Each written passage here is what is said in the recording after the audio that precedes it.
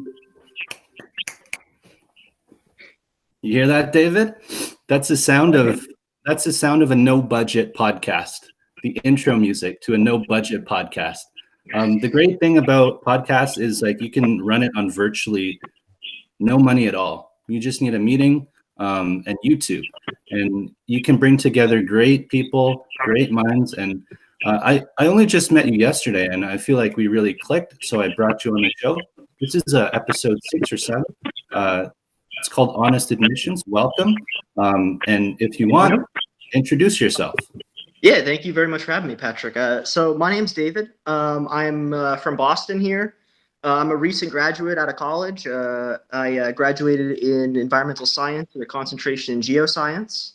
And I don't really have too much else to say about myself, I suppose. So recent graduate, you graduated sometime in May, was it? Yeah, so I just graduated in December here, so a couple of weeks ago. December. Yep. Right. How was if you had to sum up your entire 4-year experience in like a brief synopsis, how would you describe it? Which university did you go to? I went to UMass Lowell. Yeah. So I originally went there for chemical engineering. If I had to sum it up in just one word, I would just say indecisive. I was so indecisive going into college. Like I had no clue what I wanted to do. So I actually started off as like a chemical engineer and then ended up transferring into the geosciences because I realized that I just wanted to make a difference in the world and make a difference in terms of this whole in terms of climate change in general. I just really wanted to put a foot forward and make a change. It's good that you mentioned that. I felt that in engineering, I was kind of shielded to societal issues. I was so focused on problem solving and analyzing all these different engineering focused subjects. I didn't take any society courses. I didn't take any sustainability courses or anything like that. So I didn't understand the impact that an engineer could actually have on the environment, specifically for chemical and civil, especially, right? Anything. Yeah, absolutely. So engineers have one of the greatest impacts because you guys are the ones who are out there building factories and building all those things that are putting out X amount of carbon emissions into the air. So it's such a big deal for, I feel like we talked about it last night a little bit briefly. It's such a big deal for engineers to actually be aware of what they're putting out into the world in terms of their emissions and in terms of what their impacts are going to be on the environment itself. It's so easy to lose sight of that as well as an engineer. I think. Having that knowledge, that education. I'm only just getting the knowledge of sustainability right now. I'm taking a course that starts on Tuesday, and it covers like a broad range of topics under that umbrella.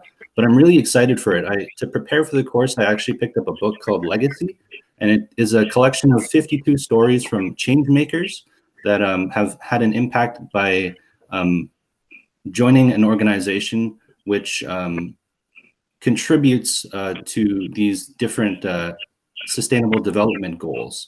And as part of their business strategy, they would reach a target in their business and then donate a certain amount to a certain cause. And it's linked in that fashion.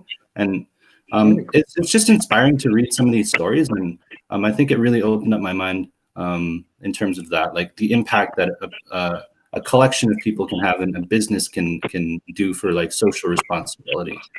Yeah, absolutely. And it really is a big issue of social responsibility too. I mean, there's only so much that one individual can do. I mean, I'm not the person who's out here making the laws and deciding how much emissions a factory gets to emit into the atmosphere. But when it comes down to it, it's both an individual basis and a societal basis. You need to have that coordination in order to actually coexist, with one another. And in the end of the day, for me, it is an issue of coexisting, because if we're not able to communicate in terms of what we're doing to our environment, then ultimately we're just kind of shooting ourselves in the foot in the end of the day. Yeah, that's where I guess the policymakers come in, right? People that are actually committed to pushing this as their agenda in government. Because you can have the technology, but if you don't have people that are managing it in politics, then you're really not pushing it forward properly. I think might be an aspect. I'm actually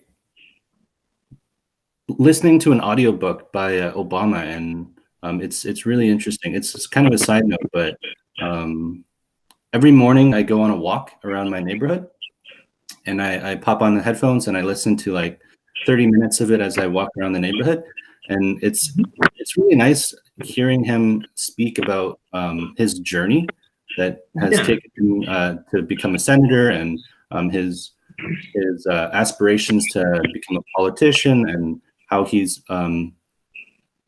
heeded to the advice of his wife Michelle, who at times was even opposed to him becoming a president because he would have to make sacrifices to his family, like 1 year, 2 years of limited, family time. So it was really hard for him, but I think it's a big sacrifice for someone to make, honestly, choosing your country over your family, and which one you ultimately want to protect, I suppose, today. Going back to the policymakers thing, you're absolutely right in terms of it. It does come down to the policymakers, and it also comes down to the individual as well. So when I say like it comes down to us as a society, that's kind of what I mean by policymakers, is they need to implement those policies in order to protect the rights of our environment at the end of the day. But it also does come down to the individual of just, you as Patrick, me as David, doing what we can in our normal lives just to cut back where we can. And I told you a couple weeks ago, I just went vegetarian because of because I did my own research and I made a bunch of Vensim models, and I just had to listen to my own research. In the end of the day, I took a look in retrospect and made the decision to make that choice. So it's been 2 weeks now, right? Yep. It's been about 2 weeks. How has the experience been? Has your body adjusted to it, or honestly, I haven't noticed it a single bit at all. Really? I've lost a little bit of weight, and I've always been pretty good in terms of nutrition, in terms of my personal nutrition. So I find it very easy to substitute like beans and soy for my meat consumption. So you told me you came at it at a different angle, because a lot of people they're about the animal rights for becoming vegan, vegetarian, what have you. But you did your research around the CO2 emissions that are associated with eating meat products and such. So that must have been a considerable contribution to the emissions that you're now deciding to become vegetarian and cutting back on that emission. It was a huge difference. So we found that over the course of about 10 weeks, what's 46 divided by 7? It took about 25 people over the course of 10 weeks going meatless to reduce CO2 emissions by 10,000 pounds. So I looked at that number, and it was genuinely just a massive number. I mean, 10,000 pounds. How's that? How does that relate to like a carbon emission from a vehicle, for example, like 1 week's driving? I'm just trying to. Give me 1 minute here. I'm just gonna look up like a standard vehicle emission real quick in terms of 10,000 pounds for how long? That was 10 weeks for about 20 people doing it. Yeah, okay. A little over 20. So a typical vehicle emits 4.6 metric tons of CO2 per year. Got to make that calculation, that conversion there. Yeah, you got to convert it down to a couple weeks here. So roughly what, 0.6, 0.5 of a ton throughout 10 weeks, maybe around there. Are you necessary? Are you part of a family that has vegetarians in the family, or no? It's something that you're doing on your own. Yeah, I'm the only one. I definitely am going to look to convince them here in a little bit. Try to turn them to my side. And Yeah. no, I mean, it'd make a huge difference. I mean, if I can get the rest of my family on board, we're practically going to make up for we'll be the equivalent of a car's amount of carbon for a year. Um, that's just gone. Just that Mhm. doesn't happen because we just stopped eating meat, and that's a pretty big Yeah. deal to me. Like when you think about how often people are driving their cars, um, it's just astounding the amount of CO2 they can emit, especially throughout an entire year. We are making a shift to electric vehicles, but personally, I would love to even try driving an electric vehicle. I haven't had a chance to. I know that it's got like a bit of a kick to it when you actually start driving, but I am in the middle of a lease for a Honda Civic, and during quarantine, it's been just sitting in the garage, so no mileage or anything like that. So I think I'm since it's low mileage, I'm just gonna purchase the vehicle like at the end of the lease and um, own the Civic. So I'm not sure like in the near future if I'm gonna be like an owner of an electric vehicle. It's just gonna be the gas powered one. Yeah, absolutely. It's tough to make that transition. I'm a big advocate for electric vehicles. I know that mining lithium batteries is pretty awful for the environment in general. Right, the Dominican or no, the Republic of Congo, right? It's pretty brutal working conditions for the people that are there. Yeah, and like pulling that lithium out of the ground, I mean, you're doing so much work for just a little amount of lithium that you're going to use to put into a car that someone may or may not use for the next 15 years, you know? So it's also interesting because it depends on how long you have the electric car, whether or not it's worth it. Because you're going through the process of mining lithium, putting that car through production and actually making it, and then you're driving it afterwards. So all three of those things have to be equivalent to the amount of emissions that you're actually saving from driving that electric vehicle over X amount of years. And a lot of people miss that point, so they'll buy a Tesla for 2 years and then it ends up getting crashed or wrecked, or they sell it, get rid of it, scrap it, whatever. Um, and it ends up just not being worth it at the end of the day because you just went through and put so much effort into making this amazing car that can cut back emissions, but then you didn't use it for that purpose. Right. That goes back into like the life cycle of a product actually. Like the product might seem like a green product, but if you look at like where the minerals are sourced and then the end of life, what you do with the vehicle, it might I don't know if like the design considerations are made properly in that regard. Yeah, I'm not sure either in terms of the actual design. But I do know that in the end of the day, as long as you run that car to the end of its life, you're going to end up on top of your emissions in the end of the day. And that usually goes for a majority of cars. But the electric ones in particular, obviously, what we've all heard is that they just have a better that they reduce emissions in general. Yeah. Well, it's good. It's good that you're doing your part. I'm glad to be able to get more into sustainability and speak with people that are interested in it. I work for a company that does GPS devices, and we have a little group with like maybe 10 people that are doing a green sustainability discussion. I've Okay. yet to take part in it. I was just pulled into it, and it's happening in like a week or two, and really curious as to what goes on. I know the person running the group has recommended that we download an app called A World, and Hmm. it has like a lot of information and like practical exercises you can do at home to do sustainable um, Practices, yeah. practices. Yeah. That's really interesting. Yeah, I think I really am a big advocate for those kind of apps because there are people who don't have that knowledge, they don't have the education of, having the opportunity to take a sustainability class like you do. And it's very fortunate that you as an engineer are one of the people taking those classes. And I'm really appreciative of that as well.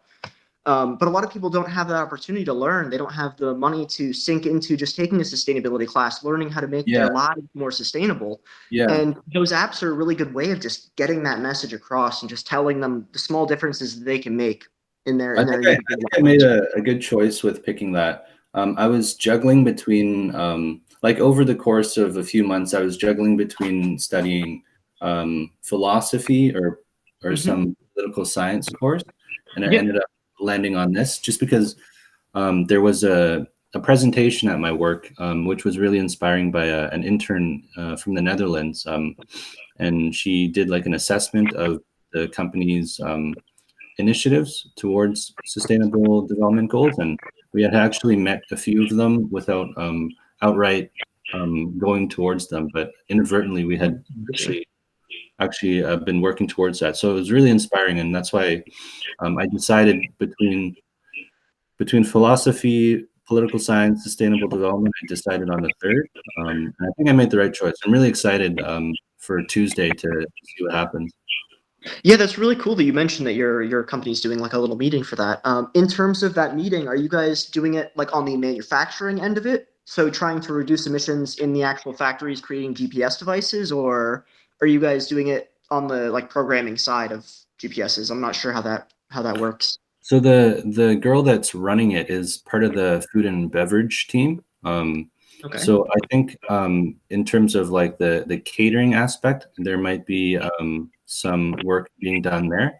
I don't know how much thought has been put into sustainability for the manufacturing side. I would be curious. I'll definitely ask them when I have the meeting in a couple weeks. Okay, yeah, absolutely. Yeah, definitely let me know what their response is because that's really interesting. I mean, I imagine that the manufacturing side of it would have the most emissions, and that would probably be the most effective way to go about meeting those sustainable development goals if you haven't already. Right. It's a little plastic device, and many of the units, most of the units are made in China. Hmm. Um, so Yeah, and I, they I have I guess different it's a indicators over there. conversation between the manufacturer, the factory there, and the company. So it'd be cool. I'll definitely look into it. Hopefully they're already working on it. I wouldn't be surprised if they are. Yeah, and it's interesting that you say that the factories for them are in China, because of course there's a big discrepancy between our goals as a nation and China's goals as a nation in terms of what they Hmm. are able to produce and how they're able to produce it. And one of the biggest issues recently has been the ozone hole above China that has been like slowly growing over the months and um, yeah, and so it's just really interesting that they're able to continue production and emitting things into the atmosphere that in the end of the day shouldn't be.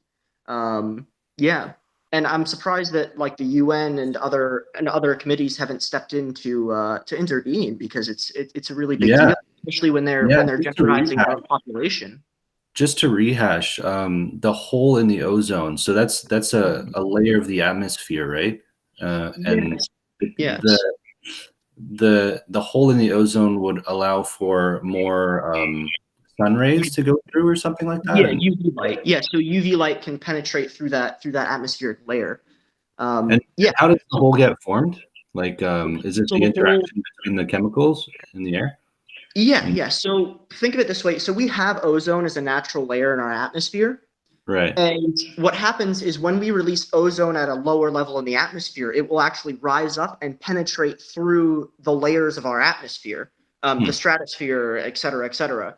And when it penetrates through those, you're actually breaking a layer of our atmosphere to release those chemicals up to the next layer, to the ozone layer.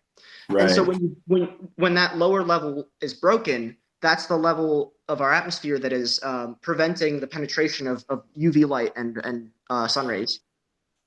Just a shot in the dark, wild Mhm. guess. I think most of the ozone holes are over big cities, right? Like you wouldn't find one over the ocean, right? So you wouldn't find it very far from where the production of it is. Right. Um, and that's because it has a fairly low lifespan in the atmosphere. Hmm. So the reason we can single it down to just being China and not seeing like a whole over the entirety of the surrounding nations. Yeah. The reason we have that is because it has a low lifespan. So when we test in the atmosphere for those particles, they're only able to move so far through the atmosphere before they dissipate and they're broken down. Is this some of the material that was covered in your degree, or Yeah, is it? yeah, absolutely.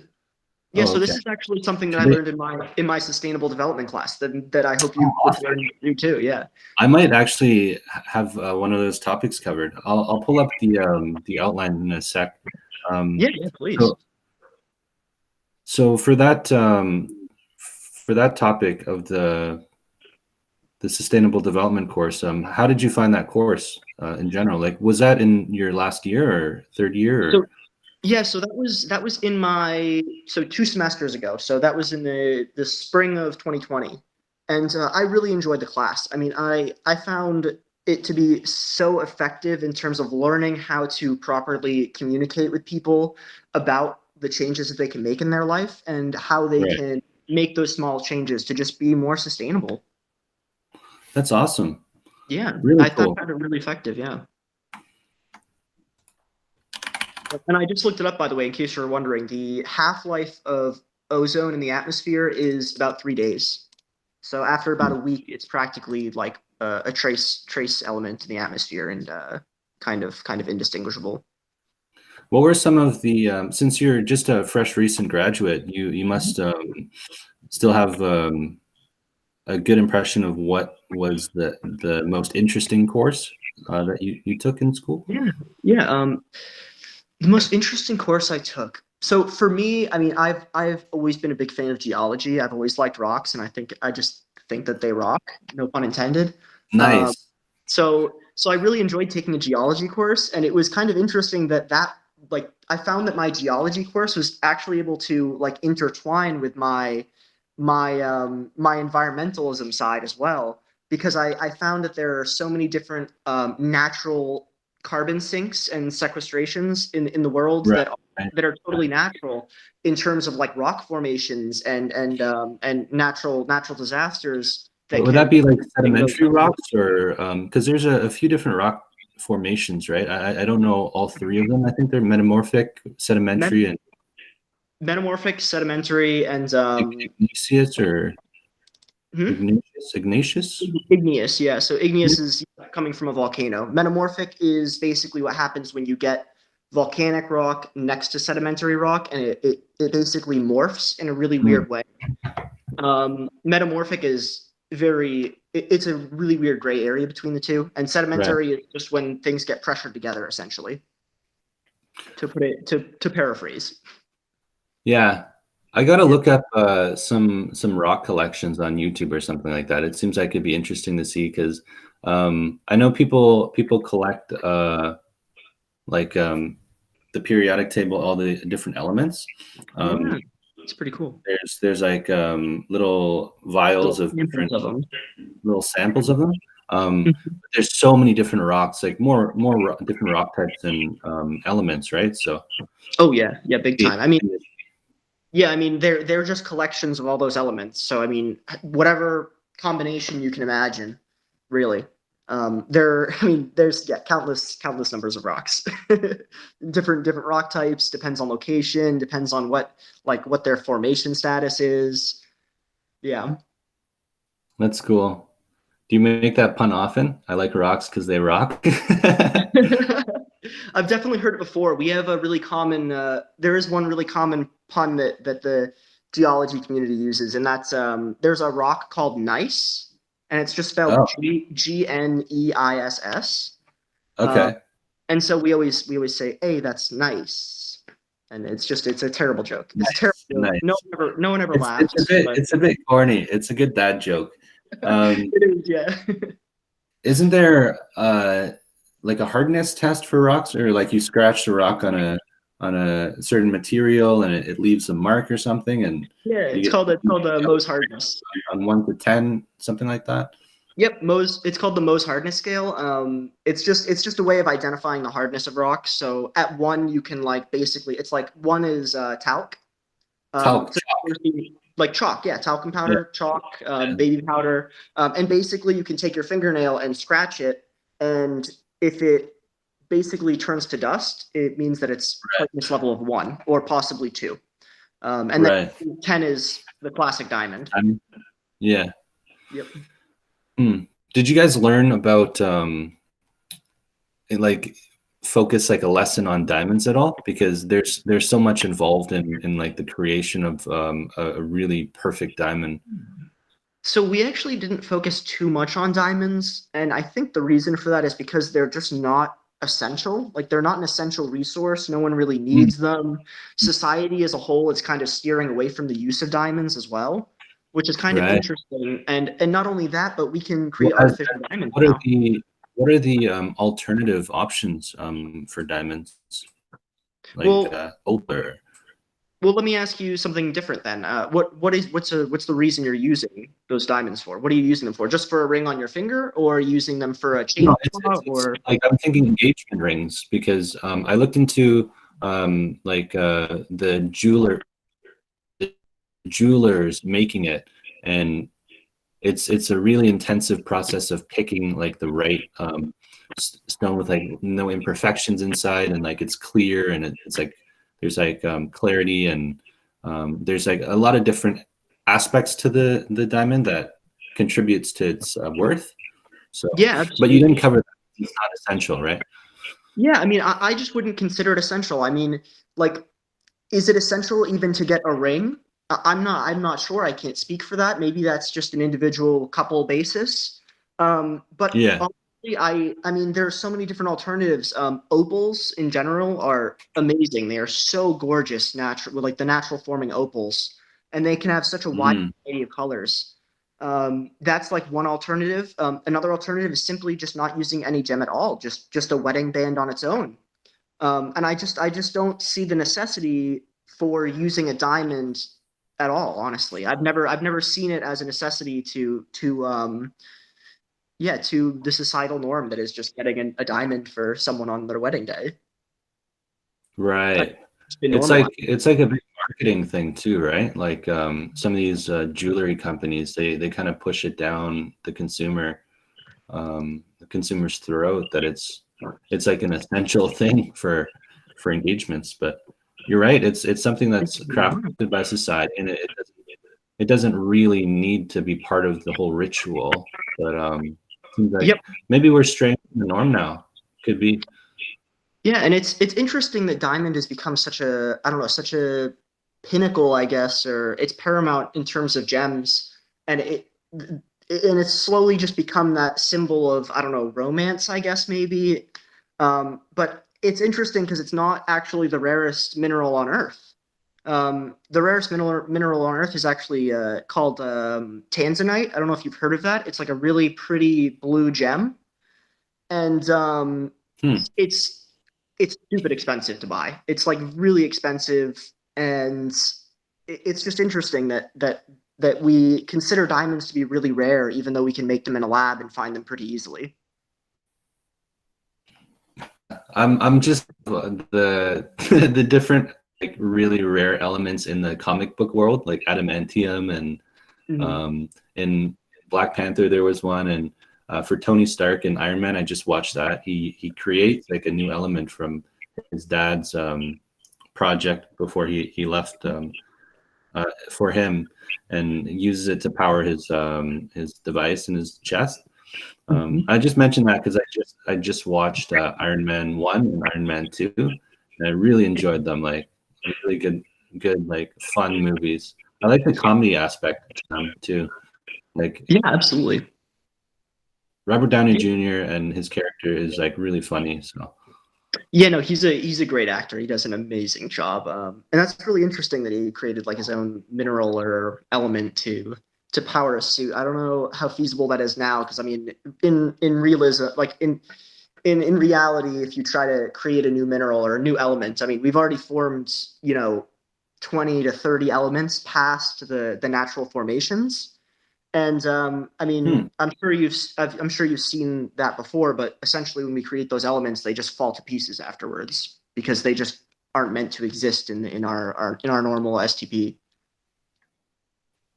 Oh, I haven't seen that. Yeah. How are they manufactured? Like is it in a lab or Yep, it's in a lab. So like if you pull up a periodic table, let me pull one up here.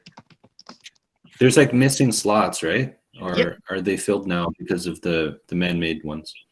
Yep. So we have a bunch of man-made ones now, and they're pretty much all Okay. filled in. And I mean, we can always continue adding to this if we find a way to actually create new elements, of course. And that's what's happened over the That's years. cool. That's cool. Yeah. But it's like unstable. Yeah, So so is that why it they're breaks down? super unstable. Yeah, they're super unstable. So basically, we make them in a lab, and we take the components of them, um, the protons, electrons, neutrons, etc., and you essentially just smash them all together. And it's have you ever heard of a hadron collider? The CERN accelerator? Yeah, yeah, same idea. So it's like a big ring, and they just shoot like Right. photons around it to try and Yeah. bombard an atom with electrons and photons and add energy to it. So what you do is they basically go through that process of just bombarding them until it creates this cluster, this formation of an element that is unbeknownst to us, and we're able to snapshot it in that instance. And then Mm, afterwards, it just falls to pieces because at our mm. temperature and pressures that we're exerting on it, in reality, we can't bring it out of that test situation, or else it'll just crumble to pieces. That's really interesting. It's Mhm. so unstable. It only exists for like a moment in time. Yeah, and it's Hmm. it's very minute too. It can be a matter of seconds, and it can be a matter of a nanosecond. So how many of them are there on the Uh, periodic table? Like just total under a total dozen, or elements, no, not total elements. 118. There's the man-made ones. Oh, the man-made ones. I'm not sure how many. Give me 1 minute here. That's something I can look up for you.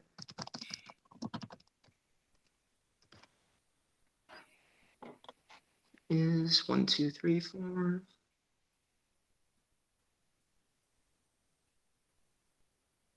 So a little over about 25. A little over 25. 20. That's Yeah, considerable. That's pretty quite a good amount. few. Yeah. Yeah. Yeah, so I think what I'm seeing here is pretty much anything after radon, francium, radon, rubidium, and all that afterwards. Cool. Yeah, yeah. So it's amazing that we have that technology to do that. I think that's astounding to me. I don't know why we would want to create new elements if they can't exist, of course. Um, but hey, I mean, if you ever want to power a Iron Man suit, maybe we can bombard an element until we get something new. Yeah. It's Find a way to it's harness it's it. cool that the concept in the comic book world is actually like happening. Except it's just unstable and it can't last. But Yeah, but it's we really may cool. get that. Sorry, dude. Sorry, I didn't mean to cut you off. Um, but it's interesting. Like maybe in the near future, we'll find a way to actually encapsulate those elements and put them to real use. So that's something Yeah, I'm looking I forward to, wonder just what finding a way the to maintain. I wonder what like they even they look like when they form compounds. I can't imagine, to be honest with you. I have no Yeah, idea. I don't know how they'd interact with other elements, and I think that's a that's so curiosity cool. we That's have to so find cool. out. There's a whole branch of like what is this, chemistry, or what sort of science is this? I guess I guess I'd call it chemistry. I mean, it's a little bit out of my field, but it's something I've always Right. been interested in.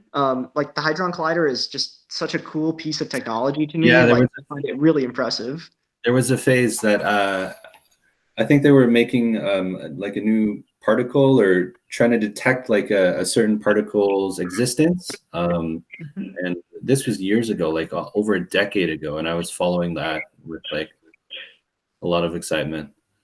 Yeah, yeah. Are you referring to the G waves?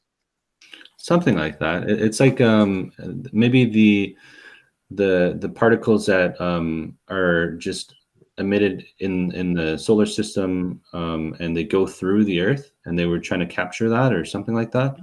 Oh, yeah, yeah, yeah. I remember. I know exactly what you're talking about. So that was actually we were trying to prove gravity is real. Oh Believe it or wow. not. Yeah, so Yeah. what they did was they set up like two mirrors in like a 5 mile long hallway or something like that, and they shot a laser down it. And what they wanted to see was when that G wave hit Earth, is if the laser would fluctuate. So they'd see a difference over when it came back and when it was received on the other end. And they wanted to see if it would just change where that laser was pointing, and it did. So we were able to prove the existence of gravity waves. That's amazing. Yeah. So I mean, gravity was just a theory until then, I suppose. Yeah, and it's in France, and it's just a huge ring. Like I don't know the circumference or the radius of this thing, but it's really big. It's like it was a large project. Yeah. Yeah, I think if I recall, it was 5 miles or so. It was really, oh my God, it's huge. Like to build something that massive just to prove that gravity is real is kind of ridiculous to me, to be honest. I don't think it's necessary. I think I can drop something and realize in my head that gravity is real. But Yeah, for those who want to 100% prove it, I understand. Maybe it's to prove that Earth isn't flat after all. right. Yeah, and then people still aren't convinced. You can have the Hadron Collider, and people still aren't convinced. Yep. Yeah. So there are a lot of different yeah, yeah. I think people are just trying to overprove it at this point. Or at least when they did that research, it was a little extreme. I don't know if it was necessary to go through that whole process, but we did it anyways. Gravity is real. Surprise, surprise. Could you believe that, right? I know, it's amazing. Well, I don't want to make this podcast too long. So it's been a nice chat with you, David. Yeah, right back at you, Patrick. It's been really nice. Yeah, Thanks for having me on the show, man. thanks for coming on. Appreciate it. I'm gonna Yeah, end the totally.